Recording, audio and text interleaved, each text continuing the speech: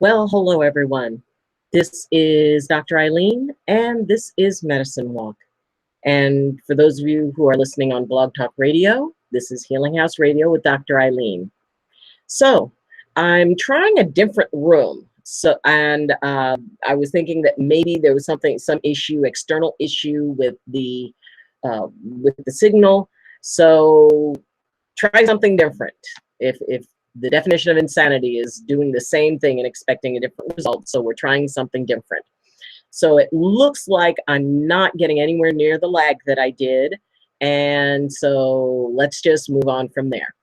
So hi, I hope everything is going well. I hope your lives are doing really good, and I hope that if your weather's really hot, that you're staying cool, and if you're somewhere in the world where your weather is a bit cooler, that you're staying warm.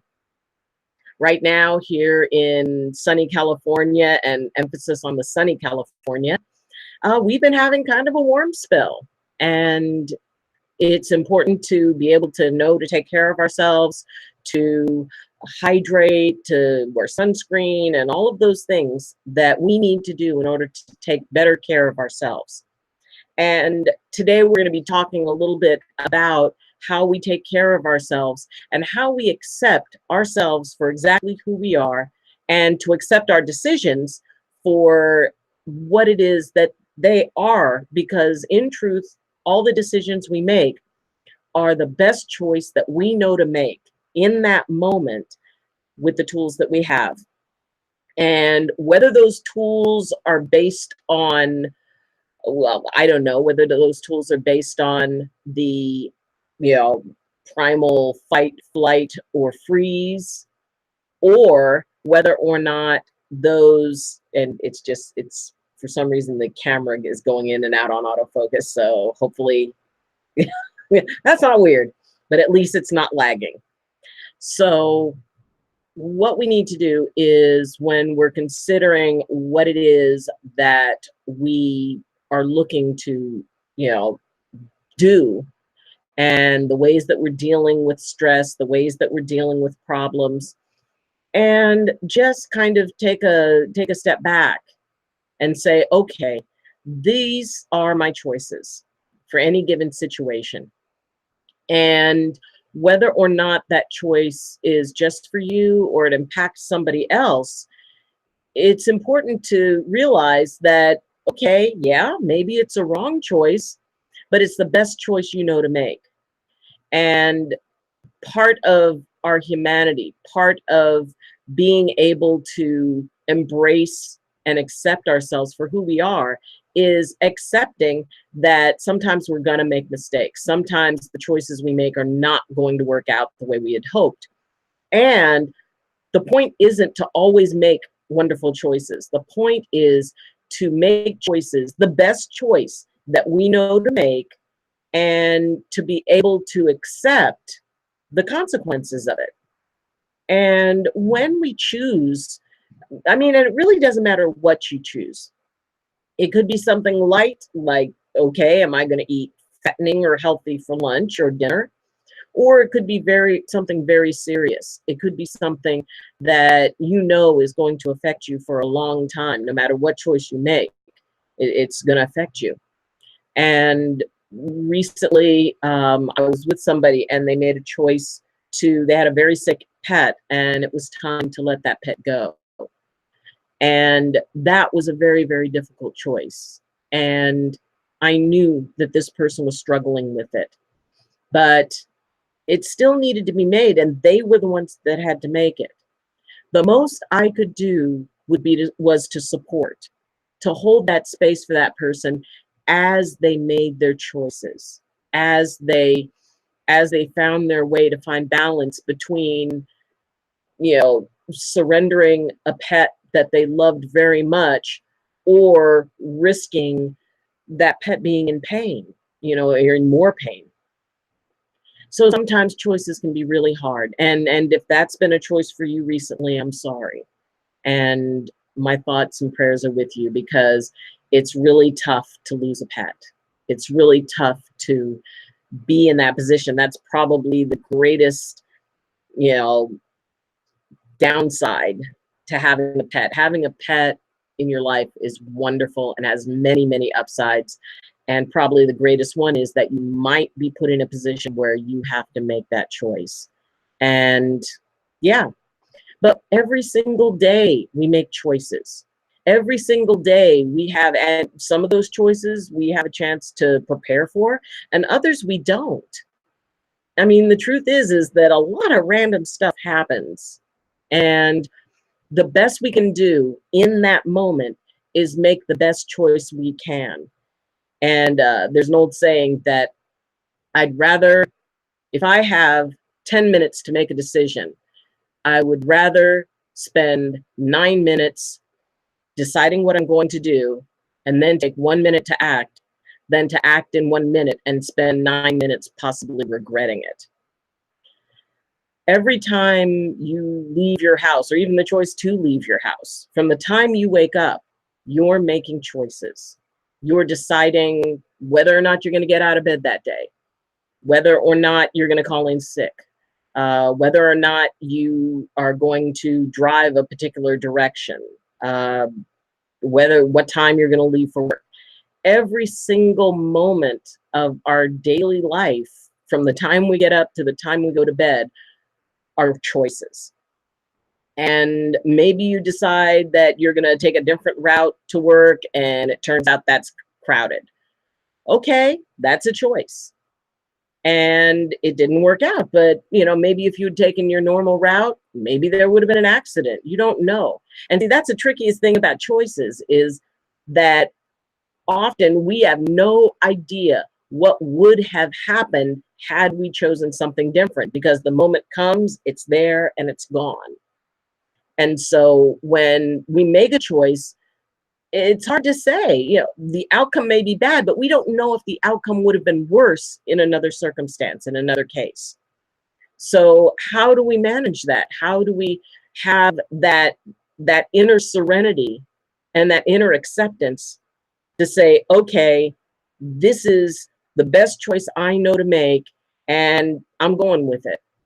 And what happens, happens. I've thought about it. Now, it helps if you take the time, even if you don't have a whole lot of time, figure out, okay, what's the best thing I know to do?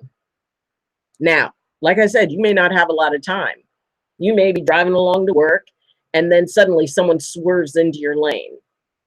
And in that moment, you've probably got a split second to assess, to act, and to assess, to decide on an action, and then to act.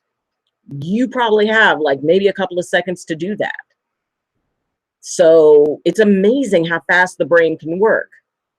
If you've been somebody who's been kind of in a fog and driving along and not really paying attention, and then suddenly that happens and they don't know what's around them. Or while you're driving, you do that thing where you check your mirrors, like I think it's like once every minute, you're supposed to kind of at least glance at your mirrors or something. Then your brain already knows, okay, I already know that to my right, there isn't anything. This person's coming from my left. These are my options. I can either slam on my brakes and let them move past. I can move over and then they come in. Or I might be able to try to speed up depending on what their speed is. But you do have the capacity to make choices. So when you look at, those instantaneous choices you have to make, to me, there is a place of faith in that, I mean, and however you feel, whatever you hold, however you look at it, I love that for you. For me, I go into a place of, okay, universe, you got to be with me on this one. I'm going to need some help. And you just go with it. And then you accept whatever consequences come. But that was the best choice you knew to make. Now, let's say it's a choice where you have a lot of time to figure it out. Maybe it's a choice whether or not you're going to marry somebody or date them. Or maybe it's a choice to change jobs. Or maybe it's a choice to move. Maybe, your job may end up coming to an end. What do you do then? But those are the best choices, because then that way you have the time to figure out, okay, I've got this much time. I don't have to make an instantaneous decision. You know, once you hear news or once a choice becomes available, often there's that reflex. It's like, okay, I've got to make a choice now. Or maybe somebody is telling you, it's like, well, we need a choice. You don't need to choose right now. Not right in that second, especially if it's something big like where you're going to live or what you're going to do or who you're going to be living with. Take some time to take a couple of breaths, go, okay, what do I know? What are my options? Which options do I like the most? And how do I make that option happen? If it's a job change, well, I could either go for something that I'm already doing, and that might be easy, or maybe this is the point where I really want to get into something that I've always wanted to do. Well, those are options. Now, if the option you choose is, well, I'm just going to wait around till it happens and I'm not going to do anything to prepare for it, well, that option has consequences, because then you're in, if a layoff happens and you're in crunch time, then, well, you're just kind of stuck. You have to start making decisions very quickly. One way or another, you're going to make those decisions. Now, do you want to do them when you've got time to create a plan and move forward? Or do you want to wait and just let the chips fall where they may and see what happens? That's okay. You can do either one. Neither one is technically wrong. And you have to decide what it is that you want to do, because you do have that power. You do have that right. And when you're thinking about, something that's down the road, you can always say, wow, let me think about this. Let me talk to people I trust. Let me see what information do you need to even make the decision, to consider the decision. Maybe you need more information. Maybe you need some change of perspective. Maybe there's knowledge that will be able to help you make that choice. If you decide, well, I'm gonna go to LA and I'm gonna be an actor. Well, yeah, you can go there and plop yourself down and wait. But then what happens when that doesn't come right away? Well, then you need your backup plan. So as you have a chance, the more time you have, the better your plan can be, the more choice you have in it. And you have the right to choose. If nothing else, we can always claim our right to choose. We can always say, I need some time to think about this. If it's a situation of a relationship, you definitely take your time to think about it.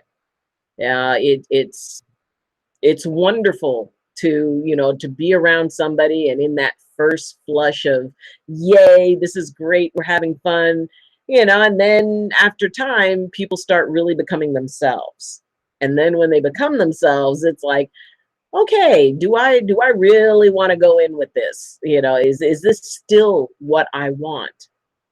Nothing reveals more than time. Ultimately, everything comes out. So it's important to be able to say, if you need that time, you take that time. Someone else's urgency does not require you to act. And you can choose to, because that is your choice. But the thing is what do you surrender when you choose based on someone else's need as opposed to your own? Based on someone else's choice as opposed to your own? Because you need to be able to have choice. You need to be able to say, you know what? If I decide that I want to live in Timbuktu, well, you got to figure out a way to do it. You've got to, and that process can be really fun. See, that's the other thing about when you have a chance to plan stuff out, you can make it fun. It's not that you have to do it, it's that you get to. And maybe you decide that, you want to live in Europe for a year. I mean, yeah, it's a totally random thought. But what if you decided to, okay, if I were to do it, not saying that I am, but if I were to do it, how would I do it? And that is where fun starts. If I were to choose a different job, what would be the one job that I would want more than anything else? And if I were to do that, how would I do it? If you keep it as a hypothetical at first, it's a little bit less scary. If you keep it in a place of, okay, I have time, I have the ability to choose this, I have the internet, which is the collective knowledge of all humanity right now. What is it that I want? What will take this out of fight, flight, or freeze and turn it into conscious choice? Another place where choice is important is in how we respond to one another. And that can be a very, very tricky thing, because right now we're living in a world where there is a whole lot of dissension. There's a whole lot of anger. There's a whole lot of fear. There's a whole lot of finger pointing. And there's a lot of a tendency to dehumanize. And no matter how firmly you believe that you're right, it's still not okay to dehumanize someone, because we are all human. And when you take away someone else's humanity, no, even though you may feel you've got the best reason in the world for it, we lose a little bit of our own. So when you consider how you respond to someone, I mean, you have choices. If somebody's holding a conversation that you don't resonate with, you have the choice to walk out. You have the choice to say, you know what? I have valid and logical reasons why I feel the way I do. And you can choose to share them with that person in the hope that maybe you can start a dialogue. Maybe you can have an exchange of ideas. That's usually not the way it goes, because if somebody is like boldly and loudly stating an opinion, especially socio-political, religious, whatever, the chances that they are going to be open-minded enough to say, you know, you've made a very good point. Let's talk about that. You know, let me hear more of what you have to say. I've said before that one of my favorite phrases to kind of diffuse a volatile situation that's like that is, I don't understand why you feel the way you do, but I would like to. Would you explain it to me? And it is amazing how that phrase can help to diffuse something, because then the other person's not feeling like they have to defend themselves. It doesn't feel like an attack. So they're able to say, oh, okay, well, this is an exchange of ideas and I'm safe. So I know that, you know, there's a lot going on, and the weather is going nuts, and volcanoes are erupting and earthquakes are happening, and heat waves and fires, and you know, and thank God, you know, the folks, you know, those boys that and their coach that were trapped in that underwater cave, you know, that they came out okay. And the torrential rains that were just really feeling like, you know, they were going to make that a very bad situation.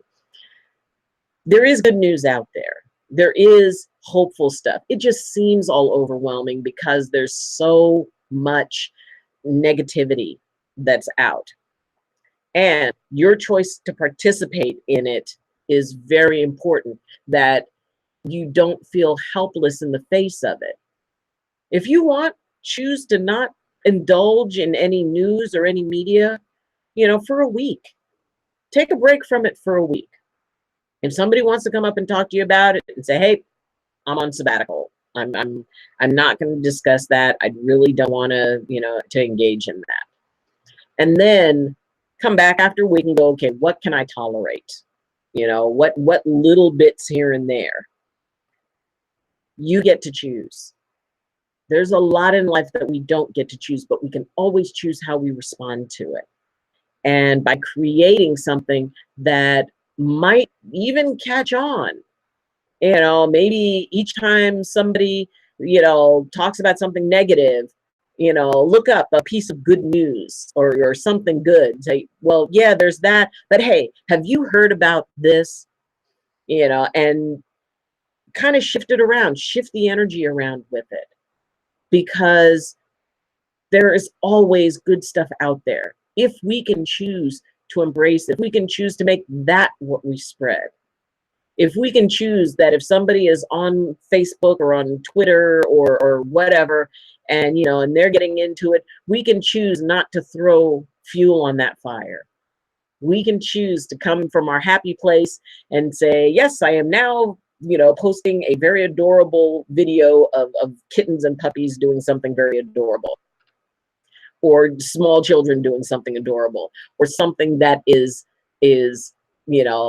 just lightens up the mood. Yeah, you can do that and be able, not through confrontation, but through maybe distraction, maybe saying, nope, I reject that reality and I'm not going to get involved in it, but I'm going to choose this other space to be in. I'm going to choose this other feeling to carry. Carry inside of you what you want. If you're feeling upset or sad about what's going on, be upset and sad. And know that that's what you're feeling, and honor that that's what you're feeling. If you're in grief, be in grief. Because the best way, grief isn't where we get stuck. Grief is the pathway out of being stuck. So if you can be able to kind of hold on to the idea that what you're feeling is okay, what you do with it depends on what tools you want to apply to it. And we usually will reach for the tool that we're the most used to. If your tool is just to walk away, then yeah, that's probably the tool that is most comfortable for you. And there are times when that's the best thing to do. Sometimes maybe the best thing for you is just to be able to sit and breathe and go, okay, I need to set some boundaries here. And we're gonna talk about this. But oh, I have Ruth R. Davidson. Hi, Ruth. Thanks for not encouraging people to avoid the news altogether, but to take short breaks from it instead. Too often I hear people say we should avoid all of it, and it's troubling. I agree. I agree 100%. We can't just walk away from the world and stay away from it. We still live in the world. And those of us who want to save the world, remember, we're saving it for the people we don't like and the ones that disagree with us. Oh, nice. Grief is the pathway out of being stuck. It is. Grief is our way of finding our way out of the pain. And yeah, it can be really hard and it can be really intense. But the thing is, if we allow ourselves to experience it and not try to subdue it and not try to pretend, or devalue it. It's like, my friend whose cat just had to be put to sleep. There are people who would say, well, it was just a cat, or, well, get a new one. But what they're trying to do is they're trying, and maybe well-intentioned, but they're trying to take that person out of an honest feeling and create one that maybe they're more comfortable with. Grief isn't always pretty. The world isn't always pretty. The news isn't always pretty. Take a break from it. Take a breath, watch a funny movie, but then come back into the world. It's like the eye of the storm. The eye of the storm is not meant to last. It's only meant to give us a break, to give us a breath, to give us a way to kind of get our feet back under us. But then there's another half of the storm. But it's the break that allows you to be able to say, okay, what do I need to do to make it through the rest of this? And maybe it's a periodic break from the media. Maybe it's finding, a source that, say, is not as one way or the other, but making an effort to find neutral sources where you can be able to say, oh, okay, what is the information without the story and emotion being added to it? And God, I would love to have like a news channel that just, in the old Dragnet show, for those of you who are too young, there was this old show called Dragnet, and there was this guy, and he was famous for saying just the facts. And to have something that just gave us the facts, that gave us both sides and said, all right, here's this side, here's this side, here's the information. And then let everybody make their own decision as to how they feel about it. Right now, we have so much where there is, there's that fear attached because, the world is a fearful place right now. It's not going to stay that way. The pendulum swings both ways. And, during the Depression, I'm sure that they thought that those times would never end. I remember the gas crisis when we thought we'd never have gasoline again, water crisis, wars, political, craziness. It happens. And if we can detach enough to go, okay, this isn't going to last forever. Things are going to swing in a different direction, but we've got to deal with the weirdness now. We've got to find a way to survive, find some tools that we can use to be able to say, you know what, we're going to make it through, because we are. I believe that with every ounce of my being, that ultimately, not only are we going to be okay, but we're going to learn a lot. We, it's like the civil rights movement. I had somebody who told me, it's like, wow, I really wish that I lived during the civil rights movement. And I said, guess what? You are. It's here. It's now. Get involved to the degree that you want to. Take a break from it when you need to. Go sit on a beach if you have that opportunity. The thing is that trust that ultimately we are going to be okay. And when all is said and done, we are going to be a wiser nation. We are going to be a more compassionate nation. I really believe that all this stuff that has come up, all this anger and bias and racism, we're going to learn from it, because that's what it's happening for. So we can learn from it and go, okay, we're not going to make, this next generation isn't going to make these same mistakes, because these younger people are watching all this and they're going to say, heck no, we're not doing that. Preach. I like you, Ruth. And I am a reverend, but the thing is like, and whatever you believe, whatever you embrace, now the greatest gift we have about now is that this is an opportunity for us to embrace what we believe. Whatever gives you comfort, go to that. Trust in that. Trust that there is something bigger, whether it's string theory or whatever, or Bob the Cosmic Muffin, or God. Whatever it is that you believe, whatever it is that you embrace it. Embrace the people you love, because they're there, and someday they're not going to be. This is a great opportunity for people to come together and support one another, to be able to say, hey, I don't care if you speak a different language, you're okay in my book. Let's learn from each other. And see, after a while, all these little pockets of peace are going to start to catch on. The craziness will stop. And the thing is once the craziness does stop, how do we pull things together afterwards? How do neighbors who maybe had different political views, who were, yelling at each other across the fence, when all is said and done, how do they become neighbors again?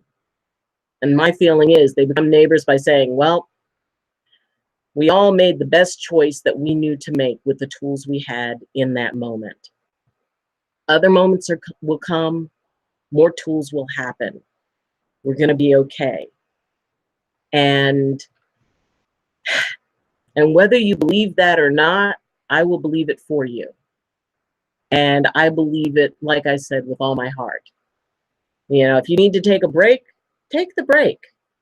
If, you've got something weighing on you that big, get some help. Talk to somebody. Find someone who can either counsel you or get help in order to manage the times that we're in. Find a good, positive way. Find a way to create something good so that you can be able to be a part of those little pockets of peace. And those things are getting bigger. Don't be fooled. More and more people are doing that. More and more people are reaching out. More and more people are getting to know each other. So ultimately, it's going to be okay. We just got to hold out and use our tools the best we can Accept that sometimes those tools aren't going to give us the outcome we want, but we can learn from it and maybe use a different tool the next time.